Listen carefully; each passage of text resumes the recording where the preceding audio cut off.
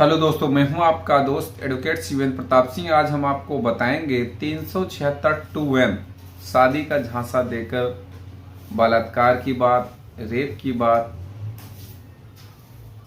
ऐसी स्थिति में जब भी कभी 376(2)(n की एफआईआर आपके खिलाफ हो जाए तो आपको क्या करना चाहिए।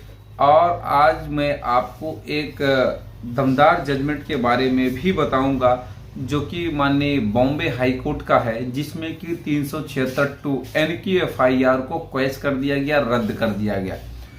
इस जजमेंट से आपको साफ पता चलेगा कि किस ग्राउंड्स पे हमारी एफआईआर क्वैश हो सकती है या वो कौन सी गलतियां हैं जो पीड़ित पक्ष या यूं कहें झूठा एफआईआर करने वाली महिलाएं जरूर करती हैं। देखिए, ऐसा नहीं है कि सारी एफआईआर झूठी होती है, लेकिन मैक्सिमम 376 की एफआईआर फर्जी कराई जाती है, ऐसा मैंने नहीं कहा। ऐसा माननीय सर्वोच्च न्यायालय अपने अलग अलग जजमेंट्स में कह चुका है और माननीय अलग अलग हाई कोर्ट्स ने भी यह कहा है कि जो कानूनी प्रक्रिया का दुरुपयोग किया जा रहा है उसे कहीं न कहीं रोका जाना आवश्यक है। इसी के साथ एफआईआर को क्वैश भी किया जाता है। सबसे पहले तो आप ये समझिए कि माननीय बॉम्बे हाई कोर्ट ने जो एफआईआर रिजेक्ट की, इस एफआईआर में आरोपी बनाए गए थे मां और बेटे। अब मां और बेटे का क्या रोल था इस एफआईआर में, इसके बारे में भी बात करेंगे। माननीय बॉम्बे हाई कोर्ट का ये ऑर्डर है 6/12/2024 का, criminal appeal number 18/15/2021, ABC versus state of Maharashtra. अब एफआईआर में जो धाराएं थी समझिए 376(2)(n, 506 और धारा 34 आईपीसी।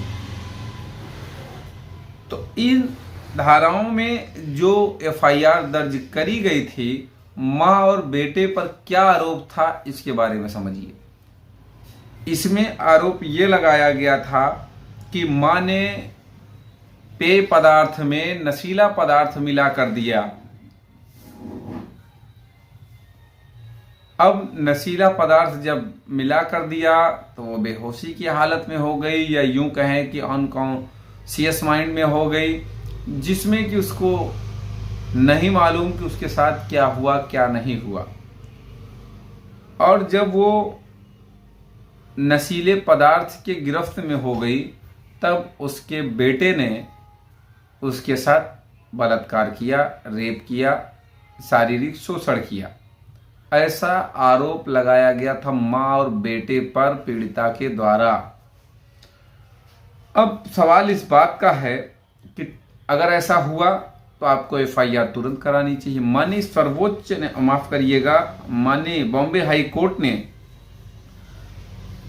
अब इस मामले की सुनवाई करते समय कुछ बातों का विशेष ध्यान दिया कि जो एफआईआर में घटना बताई गई थी, जो आरोप लगाया गया था 2017 का था, लेकिन एफआईआर 2019 में कराई गई। पहली सबसे बड़ी गलती, ऐसा क्यों किया गया। दूसरी बात ये कि मारपीट की गई और वह गर्भवती हो गई। मारपीट करी गई या जब गर्भावस्था में हुई, गर्भवती हुई, तब एफआईआर क्यों नहीं करी गई। यानी कि कुल मिला के इर्द गिर्द घूम रही थी डिले एफआईआर के। और चूंकि मारपीट का या जोर जबरदस्ती का कोई साइन नहीं दिख रहा था। तीसरी बात ये, घटना के तुरंत बाद क्यों एफआईआर नहीं की गई। डिले एफआईआर भी करना ठीक है, लेकिन कुछ समय डिले, 10 दिन, 20 दिन, 1 महीना, 2 महीना, 4 महीना, 6 महीना, 2 साल डिले, ऐसा क्यों किया गया बच्चा पैदा होने के बाद। अब उसके अलावा महिला ने आरोपी के साथ रिश्ते जारी क्यों रखे थे।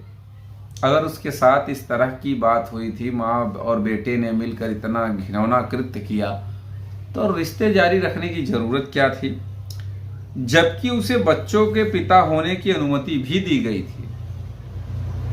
कहने का मतलब ये कि आपके साथ रेप भी हुआ और आप रिश्ते भी जारी रखो, तो ये बात माननीय बॉम्बे हाई कोर्ट को पच नहीं रही थी।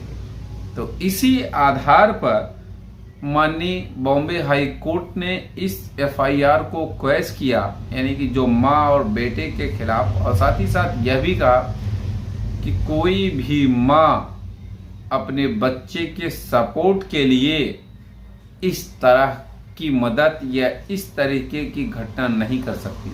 और सही भी बात है, कोई भी महिला अपने बच्चे के सपोर्ट के लिए, रेप के लिए क्या सपोर्ट है भैया? रेप, वो भी औरत तो भी औरत। तो उम्मीद करता हूँ, आशा करता हूँ आज का यह वीडियो आपको बेहद पसंद आया होगा। अगर वीडियो पसंद आए तो वीडियो को लाइक करें, शेयर करें। यूट्यूब चैनल SP 72 कानून प्रयागराज को जरूर सब्सक्राइब करें। कोई सवाल शेष रह गया है तो स्क्रीन पर चल रहे नंबर पर भी फोन करके आप जानकारी ले सकते हैं।